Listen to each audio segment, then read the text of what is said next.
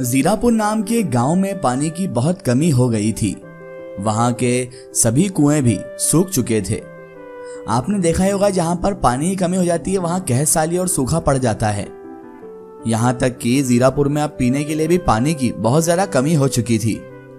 गांव में पानी ना होने के कारण वहां के लोग दूर के गांव से पीने के लिए पानी लाते थे, लेकिन दूरी इतनी ज्यादा थी कि सुबह जाकर शाम को ही पानी लाया जा सकता था। गांव के मुखिया ने गांव के सभी लोगों को अपने पास बुलाया और सभी से समस्या के निवारण के मुतालिक पूछा। सबसे पूछा कि समस्या का निवारण क्या होना चाहिए, अगर किसी के पास कोई निवारण है तो मुझे बताए। गांव का कोई भी व्यक्ति समस्या का किसी भी प्रकार से कोई समाधान न दे सका। मुखिया ने निर्णय लिया कि सभी लोग इस गांव को छोड़कर किसी अन्य जगह पर चलते हैं जहां पानी मिल सके। लेकिन अब समस्या ये थी कि अपना घर, सामान और जमीन जायदाद को छोड़कर कैसे किसी दूसरी जगह जाया जा सकता है।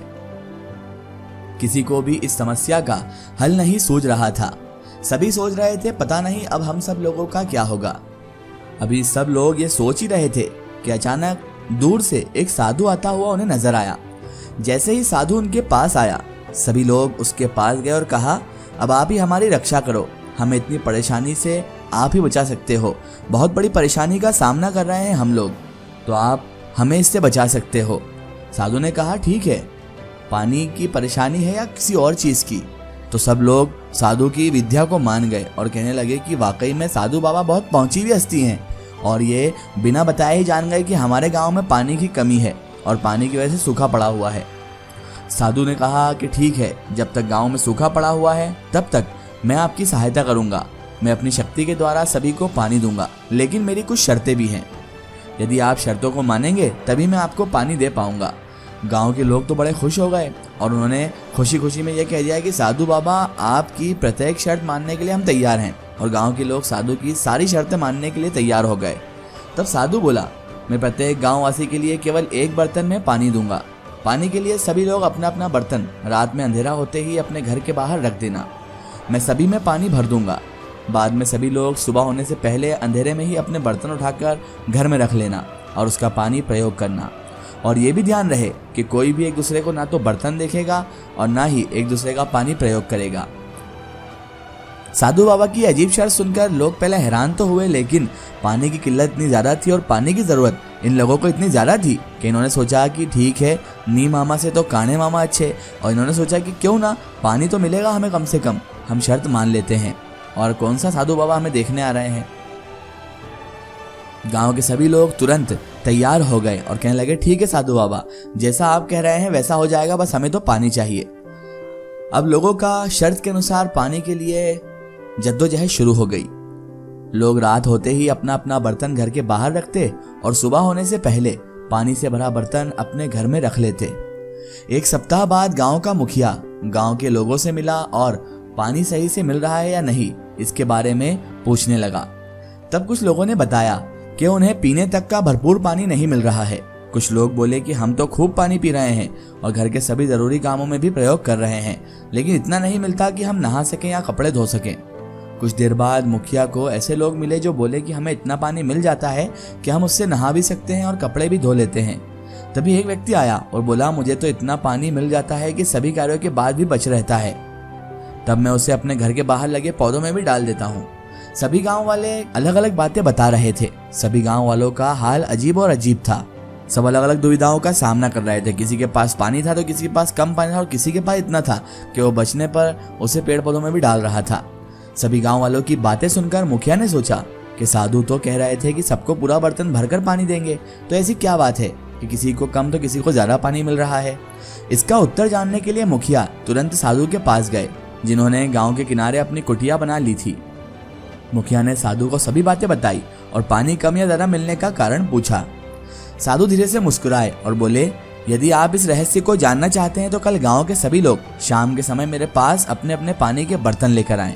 कल मैं पानी शाम को यहीं पर दूंगा। मुखिया तुरंत गांव गया और सभी को कल शाम अपने अपने बर्तन के साथ साधु की कुटिया पर पहुंचने को कहा। अगला दिन भी आ गया। शाम हुई, सभी अपने अपने बर्तन लेकर साधु साहब की कुटिया पर पहुंच गए। जब सभी लोग एक साथ इकट्ठे हुए तो सभी के सभी एक दूसरे की तरफ न देखकर एक दूसरे के बर्तनों को बड़े ही आश्चर्य से देख रहे थे। मुखिया बोला, अरे ये क्या, सभी के बर्तन तो एक जैसे नहीं हैं। कोई बाल्टी लाया है तो कोई सुराही लाया है, कोई ड्रम लाया है तो कोई लकड़ी का बना बड़ा टैंक लाया है। अब समझ आया कि सभी को पानी कम कम ज़्यादा ज़्यादा क्यों मिल रहा है। तभी पास खड़े साधु बोले, मैंने आपसे कहा था कि मैं सभी को बर्तन भरकर पानी दूंगा और मैंने ऐसा ही किया, लेकिन कमी आप में है और आप में से उन लोगों की है जो छोटे आकार के बर्तन लाए हैं और समझदारी उन लोगों की रही जो बड़े बड़े बर्तन लाए हैं। मैं तो सभी को पूरा बर्तन भरकर पानी दे रहा हूँ। सभी गांव वाले अब अगले दिन से बड़ा बर्तन घर के बाहर रखने की बात सोचने लगे। तब साधु बोला, आखिर कब तक आप मुफ्त में मिलने वाले पानी को पीते रहेंगे? जिस प्रकार मैंने बर्तन के आकार के हिसाब से आपको पानी दिया, जिसका जितना बड़ा बर्तन उसको उतना ज़रा पानी मिला। यही बात आपकी सोच पर भी लागू होती है। जिसकी जितनी बड़ी सोच होगी वह प्रकृति से उतना ही ज़रा प्राप्त कर सकेगा। प्रकृति आपको उतना ही देती है जितनी बड़ी आपकी सोच होती है। गांव में पानी की कमी है, ऐसे में आपकी सोच थी कि गांव को ही छोड़ दिया जाए। जिस प्रकार कोई व्यक्ति परेशानी का समाधान न मिलने पर जीवन छोड़ने के बारे में सोचने लगता है। अब जिस प्रकार आपको अधिक पानी पाने के लिए अपने बर्तन को बड़ा करने की जरूरत है, उसी प्रकार गाँव में पानी लाने के लिए आपको अपनी सोच को बड़ा करना होगा। गांव के लोग एक दूसरे की तरफ देखने लगे। साधु के द्वारा दी गई सीख को अब गांव का प्रत्येक व्यक्ति समझ चुका था। वो समझ चुके थे कि अब उन्हें क्या करना है। गांव के लोग एक जगह एकत्रित होकर गांव में पानी लाने के नए नए विचार एक दूसरे को देने लगे। नई संभावनाएं जन्म लेने लगी, नए और बड़े बड़े विचार आने लगे। गांव के लोगों की सोच बढ़ने लगी। अब उनकी सोच गांव से निकलकर वहां पहुंच गई जहां बहुत बड़ी नदी थी जो गांव से दूर थी। अब गांव के सभी लोग कुछ बड़ा करने की सोचने लगे। 3 दिनों में ही एक बहुत बड़ा निर्णय लिया गया। गांव से नदी तक के लिए खुदाई शुरू हो गई। 4 महीनों की कठिन मेहनत के बाद एक नहर नदी से गांव तक खोदी जा चुकी थी। पानी की लहरें अब गांव तक उछल कूद कर रही थी। सभी लोग बहुत खुश थे। लोग साधु को धन्यवाद देने उनकी कुटिया पर पहुंचे, लेकिन साधु अब वहां नहीं मिले। गांव वाले समझ गए कि अब साधु वहां गए होंगे जहां के लोग उनकी अब बहुत ज़्यादा ज़रूरत में हैं, यानी कि उनकी ज़रूरत जहां पर ज़्यादा है। दोस्तों, ये कहानी तो आपने सुन ली, लेकिन आप सोच रहे होंगे इसमें हमने सीखा क्या। तो दोस्तों, इस प्रेरणादायक कहानी, इंस्पिरेशनल स्टोरी से हमें जीवन में सफलता प्राप्त करने का एक बहुत बड़ा सबक मिलता है। अब आप सोचेंगे सबक कौन सा है? तो सबक यह है कि जिस व्यक्ति की जितनी बड़ी सोच, जितनी बड़ी बिग थिंकिंग होती है, उसे उतनी ही बड़ी सफलता मिल जाती है। ये प्रकृति नेचर कहानी में बताए गए साधु की तरह ही है। जिस प्रकार साधु सभी को बर्तन भरकर पानी देता था, जिसका बर्तन छोटा होगा उसको कम पानी मिलेगा, अर्थात बर्तन भरकर ही पानी मिलेगा, लेकिन छोटा बर्तन होने की वजह से कम मिलेगा, और जिसका बर्तन बड़ा होगा उसे इतना ही ज़्यादा पानी मिलेगा। उसी प्रकार प्रकृति भी हमें हमारी सोच के अनुसार ही सफलता प्रदान करती है। जिसकी जितनी छोटी सोच उतनी ही उसकी सफलता छोटी होगी, और जिसकी जितनी बड़ी सोच होगी उसको उतनी ही बड़ी सफलता मिलेगी। तो दोस्तों, अब आपको अपनी सोच के दायरे को बर्तन की तरह मानकर उसे बढ़ाते रहना चाहिए। आपकी सोच का दायरा आपके घर तक ही नहीं, आपके शहर तक ही नहीं, आपके देश तक ही नहीं, बल्कि पूरी दुनिया आपके सोच के दायरे में होनी चाहिए। उठिए और अपनी सोच को इतना बड़ा बना लीजिए कि आप जो चाहें प्राप्त कर सकें।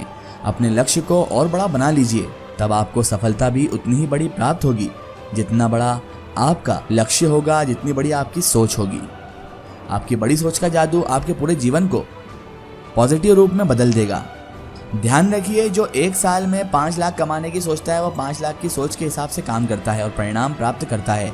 जो 5 करोड़ कमाने की सोचता है, वो 5 करोड़ की सोच के हिसाब से काम करता है और साल के अंत में 5 करोड़ का मालिक बन जाता है। सफल दोनों होते हैं, लेकिन एक छोटी सफलता प्राप्त करता है तो दूसरा बड़ी सफलता प्राप्त करता है। दोनों में अंतर केवल सोच का ही होता है। तो बड़ा सोचिए और बड़ी सफलता हासिल कर लीजिए।